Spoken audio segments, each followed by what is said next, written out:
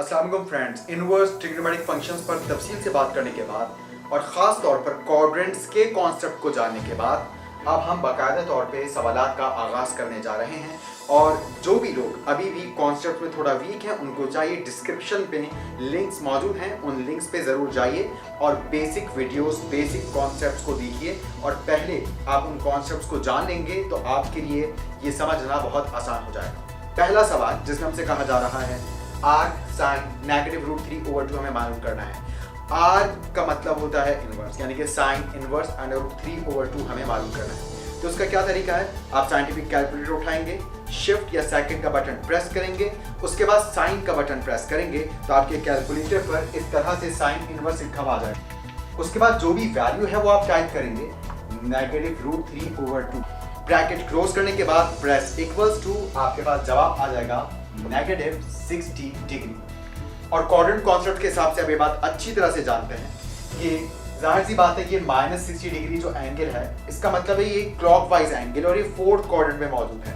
तो fourth quadrant में -60 degree का मतलब होता है कि आप 360 में से 60 को माइनस करके देख लें, 300 डिग्री भी आप इस एंगल को कह सकते हैं। और इसका एक और पॉसिबल जवाब क्या हो सकता है, आप जानते हैं साइन फोर्थ क्वाड्रेंट के अलावा थर्ड क्वाड्रेंट में भी नेगेटिव होता है और थर्ड क्वाड्रेंट का एंगल जानने के लिए आप 180 में एक्यूट एंगल को ऐड करते हैं। हमारे सामने एक्यूट एंगल 60 डिग्री है, जब आप 180 में 60 डिग्री को शामिल करेंगे तो फिर ये 240 डिग्री तक पहुंच जाएगा। तो इसका एक और पॉसिबल जवाब 240 डिग्री भी हो सकता है, मगर क्योंकि उन्होंने हमें बस प्रिंसिपल वैल्यूज ही मालूम करने के लिए कहा है, इस वजह से हम सिर्फ एक्यूट एंगल्स के तौर पर ही अपना जवाब रिकॉर्ड करेंगे। मगर जवाब रिकॉर्ड करने से पहले जरूर चेक कर लीजिए कि आपका जवाब रेडियन में है या नहीं, क्योंकि हमारा जवाब अगर डिग्री में होगा तो हम उसको रेडियन में जरूर कन्वर्ट करेंगे because it is strongly recommended.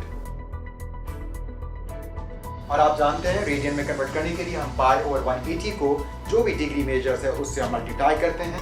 60 1 60, 63 180। यूं पहला सवाल मुकम्मल हुआ। दूसरे सवाल पर आते हैं। tan के साथ इन्फिनिटी है, यानी कि यहाँ पर tan इनवर्स ऑफ इन्फिनिटी, मतलब हमें एक ऐसा एंगल जानना है कि जब हम कैलकुलेटर पर वो एंगल लें तो एरर आए। तो यकीनन आप जानते हैं कि tan 90 डिग्री इन्फिनिटी के इक्वल होगा। tan को उठा के वहाँ शिफ्ट कर दें तो इस हिसाब से tan inverse of infinity 90 degree है। tan इनवर्स ऑफ इन्फिनिटी को आप आर्क tan इन्फिनिटी भी कह सकते हैं।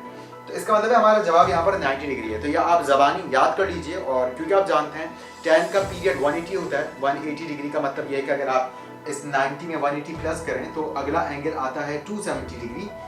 270 में अगर आप 180 डिग्री को ऐड करें तो फिर अगला एंगल आता है 450 डिग्री एंड सो ऑन। इन सब का जवाब इन्फिनिटी आएगा। तो यहाँ पर हम सिंपल 90 डिग्री जवाब के तौर पे देंगे और 90 डिग्री को जब हम रेडियन में कन्वर्ट करेंगे तो अगेन मल्टीप्लाई करवाएंगे पाई से, डिवाइड करवाएंगे 180 से। Now it is in radian. 90 1 90, 92 180, π/2।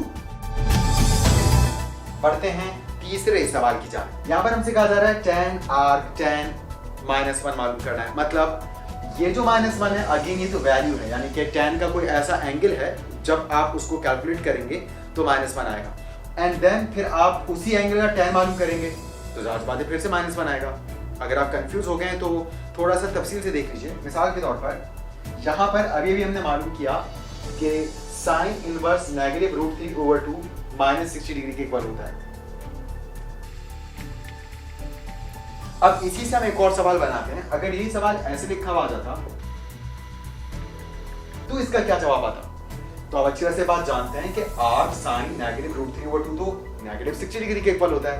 It mean sine के आगे फिर -60 डिग्री आ जाता और जब आप साइन -60 डिग्री लेते तो यही तो आता -√3/2। इसका मतलब ये हुआ कि जब कभी भी सेम ट्रिग्नोमेट्रिक फंक्शंस हों, एक बार वो एंगल बनाने के लिए बैठे हों और दूसरी बारी में वो इनवर्स लेने के लिए मौजूद हों, तो जाहिर सी बात है जो भी वैल्यू है वही फाइनल आंसर हमारा बनेगा। यानी कि जब हम tan इनवर्स लेंगे -1 का तो एंगल आएगा, वो जो भी एंगल हो जब हम उसका tan लेंगे तो वापस -1 आएगा। तो यही वजह है कि आप यहाँ पर डायरेक्ट जवाब दे सकते हैं -1।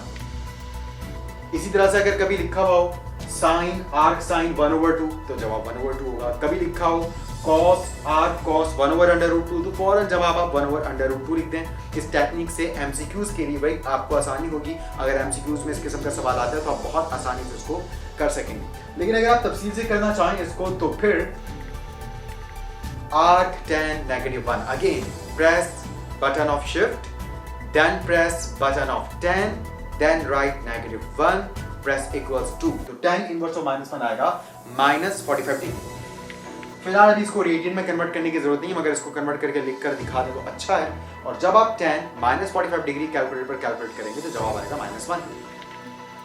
तो डायरेक्ट कॉन्सेप्ट ज्यादा अच्छा है, आपका वक्त बचेगा जी। तो आगे बढ़ते हैं चौथे सवाल की जानिब। यहाँ पर r cos 1/√2 मतलब सबसे पहले हमें cos इनवर्स ऑफ 1/√2 मालूम करना है।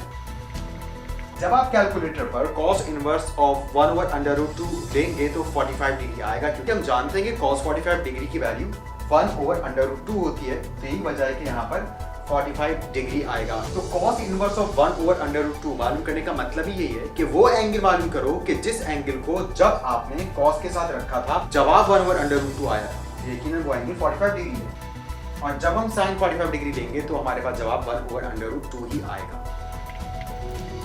उम्मीद है ये चारों सवाल आपको बहुत अच्छे अंदाज से समझ आए होंगे। इंशाल्लाह आपसे मुलाकात होती है नेक्स्ट एपिसोड में। तब तक के लिए अल्लाह हाफ़िज़।